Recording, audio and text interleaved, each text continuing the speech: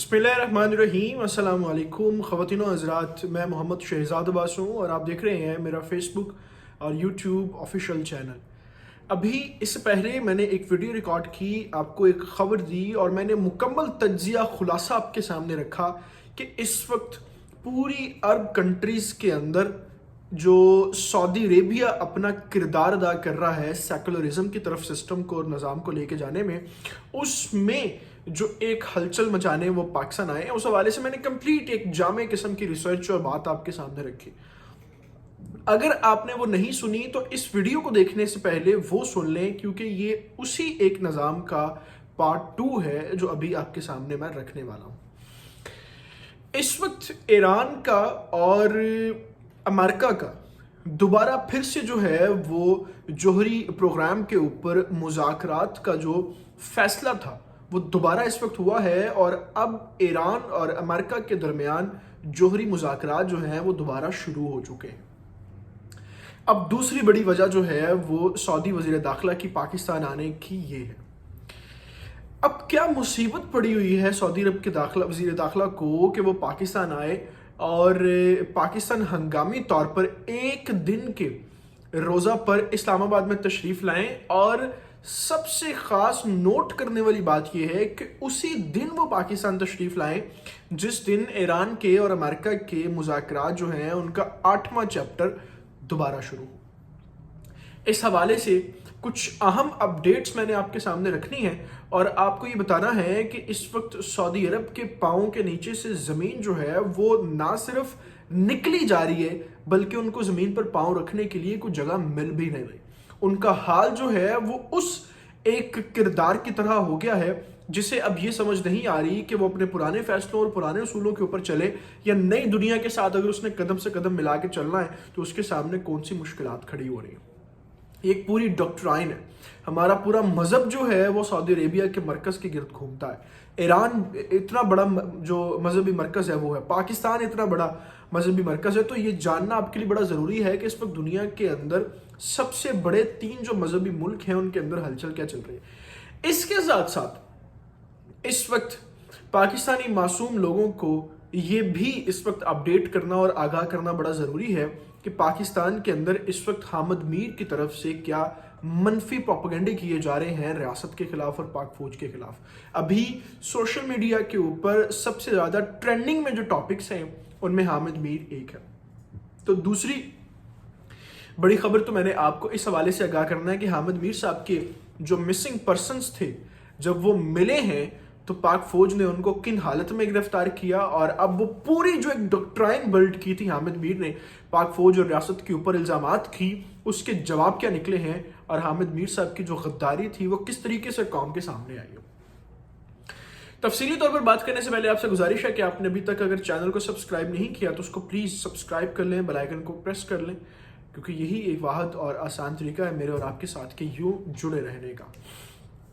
सबसे पहले मैं आपको थोड़ी सी सऊदी पॉलिटिक्स के हवाले से इस वक्त आगाह करता हूँ। आप इस चीज़ को थोड़ा सा जनरल ऑडियंस की तरह सोचें। हम ना तो सऊदी अरब के रहने वाले हैं, रिहायशी हैं, ना हम ईरानी रिहायशी, हम पाकिस्तानी हैं। हम इसमें सालसी का किरदार अदा करते हुए कि जनरल ऑडियंस के तौर पे सोचें तो ईरान अगर इस वक्त अपनी जोहरी ताकत को बहाल कर लेता है और एटॉमिक पावर, एटॉमिक एनर्जी जो है उसको अपने कंट्रोल में कर लेता है, भले कुछ पाबंदियों के बायस ही करे, तो इस वक्त पूरे खित्ते के अंदर जो सबसे ज़्यादा थ्रेट फील हो रहा है इसराइल के बाद वो सऊदी अरेबिया को फील हो रहा है। क्यों? क्योंकि ईरान के अंदर भी, मैंने जैसे पहले अपनी वीडियो में बात की कि अभी तक ईरान के अंदर भी कुछ ना कुछ स्कूल ऑफ थॉट जो रिलीजियस के हैं वो बाकी हैं और कुछ सेक्ट अभी ऐसे मौजूद हैं कि जो अभी भी दुनिया के ऊपर इस्लामी निज़ाम हुकूमत और सल्तनत को कायम करने के लिए सोच और रखते हैं। अब सऊदी अरेबिया तो मुकम्मल तौर पे सेकुलरिज्म की तरफ चला गया।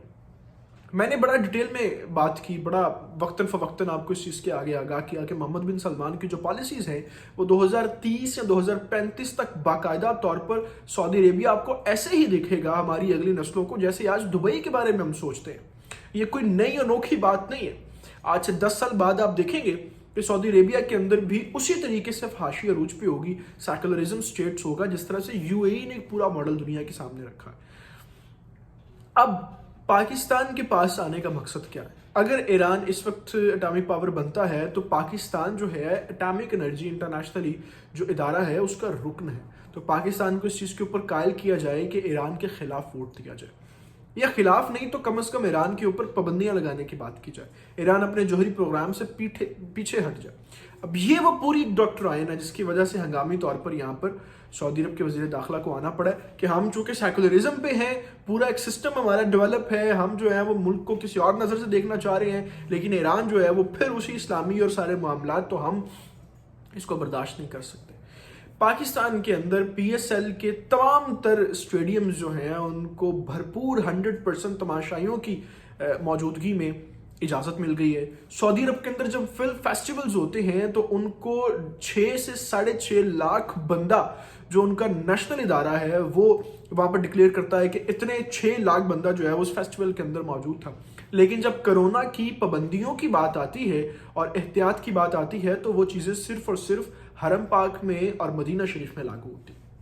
اس سے بڑی ہمارے پاس کوئی مثال نہیں ہے کہ دین کے ساتھ یہ کیا کھلواڑ کر رہے ہیں۔ اور آل سعود کے یہ جو لٹیرے تھے جن کے آباء و اجداد ڈاکو تھے، اور انہوں نے سلطنت عثمانیہ اور اس کے ساتھ ساتھ ساری وہ چیزیں جو اسلامی گورنمنٹ کے حق میں تھی ان کے اوپر ڈاکے ڈال کے جس طریقے سے حکومتیں حاصل کی، میں اور آپ سب جانتے ہیں۔ اب اس پوری صورتحال کے اندر وہ ان کو رات کی نیند نہیں آ رہی، چین ختم ہو گیا ہے کہ ایران کے خلاف پاکستان کو کھڑا کیا جائے۔ یہ وہ بنیادی وجہ نقطہ ہے جس کی وجہ سے اب وزیر داخلہ یہاں پر موجود ہے۔ حامد میر صاحب کی تھوڑی سی بات کر لیتے ہیں، اس وقت بڑا ضروری ہے۔ نارملی تو میں انٹرنیشنل ریلیشنز کے اوپر ہی بات کرتا ہوں، لیکن چونکہ پاکستان کے بھی یہ کچھ معاملات ایسے ہیں کہ جو انٹرنیشنل ریلیشنز کے ساتھ ہی جڑے ہوتے ہیں۔ اگر سننے اور دیکھنے والوں کو یہ نہیں پتا تو میں آپ کو کچھ انٹرسٹنگ یہاں پر فیکٹ بتا دوں۔ حامد میر صاحب کے جو والد صاحب تھے انہوں نے بنگلہ دیش کو پاکستان سے الگ کروانے کے حوالے سے بھرپور پروپیگنڈا کیا تھا پاکستان کے خلاف، اور جب بنگلہ دیش الگ ہو گیا تو اس کاوش کے اوپر، اس محنت کے اوپر ان کو ایک زبردست قسم کے اعزاز سے بھی نوازا گیا بنگلہ دیشی گورنمنٹ کی طرف سے۔ یہ ان کے آباء و اجداد ان کے کام تھے۔ آج اسی طرز کے اوپر حامد میر جو ہے وہ پاکستان کے اندر بلوچستان کو الگ کروانے کے حوالے سے اسی طریقے سے منفی پروپیگنڈا کر رہا ہے۔ جن 8 سے 9 مسنگ پرسنز کی بات حامد میر صاحب نے کی تھی نا، آج کی یہ رپورٹ ہے ISPR نے ان کی تصویریں اور ان کے سارا ڈیٹا شیئر کیا ہے، اور بلوچستان کی جو صورتحال ہے اس کے اوپر ان سے آگاہ کیا ہے۔ سب کے سب BLA کے دہشت گرد تھے اور مختلف قسم کے حملوں میں ملوث تھے۔ جن لوگوں کو مسنگ پرسنز کہہ کے اداروں کے اوپر، فوج کے اوپر، ریاست کے اوپر حملے کر رہے تھے اور اپنی غداری کا ثبوت دے رہے تھے۔ خیر ہم تو تب بھی ان کو کہتے تھے کہ یہ ہمیشہ وہ بات کرتے ہیں جو پاکستان ریاست کے خلاف چاہتی ہے۔ دیکھیں مسائل ہے، مسائل سے نہیں، ہم یہ نہیں کہہ رہے کہ بلوچستان میں مسائل نہیں، لیکن وہ مسائل اگر آپ ایک 360 اینگل کے اوپر دیکھیں، نقطہ نظر سے دیکھیں، تو وہ سب کے پیدا کیے ہوئے ہیں، پولیٹیشنز کے، آرمی کے، بیوروکریٹس کے، لوکل وزیروں، اور وہاں پہ جو سردارانہ ایک سسٹم ہے۔ لیکن اس کا مطلب یہ نہیں ہے کہ اس میں پوری ریاست جو ہے وہ اس کو آپ غدار کہہ دیں اور بلوچستان کو توڑنے کے لیے آپ کوششیں کریں۔ اس وقت حامد میر صاحب جو ہیں وہ ان لوگوں میں شمار ہوتے ہیں جو ملک کے اندر رہتے ہوئے ملک کو نقصان پہنچا رہے ہیں۔ اب یہ ساری صورتحال اور سارا کچھ جاننے کے بعد بھی اگر آپ ایسے لوگوں کو سپورٹ کرتے ہیں، جس طریقے سے ملک کے جو سب سے بڑے غدار ہوتے ہیں وہ سب سے بڑے منسٹرز ہوتے ہیں، تو یہ آپ کے ہاتھ میں ہے کہ پاکستان کا مستقبل اور نئی نسل کا مستقبل آپ کس طریقے سے چوز کرتے ہیں اور کس کو سپورٹ کرتے ہیں۔ ان تفصیلات کے ساتھ ابھی میں آپ سے اجازت چاہوں گا۔ آپ سے گزارش ہے کہ آپ نے ابھی تک اگر چینل کو سبسکرائب نہیں کیا اس کو پلیز سبسکرائب کر لیں۔ آپ مجھے میرے ٹویٹر، فیس بک اکاؤنٹ کے اوپر بھی فالو کر سکتے ہیں، ان کے لنکس میرے اباؤٹ سیکشن اور ڈسکرپشن کے اندر موجود ہوتے ہیں۔ اللہ تعالیٰ سے دعا ہے اللہ تعالیٰ پاکستان کا اور پاکستان کے نوجوانوں کا حامی ناصر ہو اور ہم سب کو حق اور سچ کی بات کرنے کی توفیق دے۔ اللہ حافظ۔